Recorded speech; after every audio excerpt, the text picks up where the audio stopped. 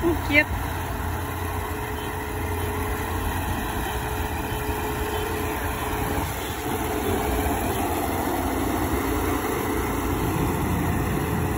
Yan, harvest na po ng palay. Ayan yung amo namin taga-harvest.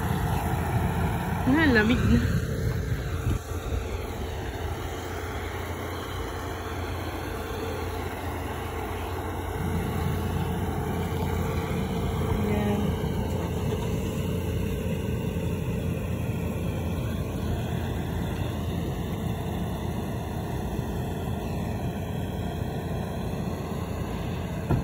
Ilalagay na natin yung sako.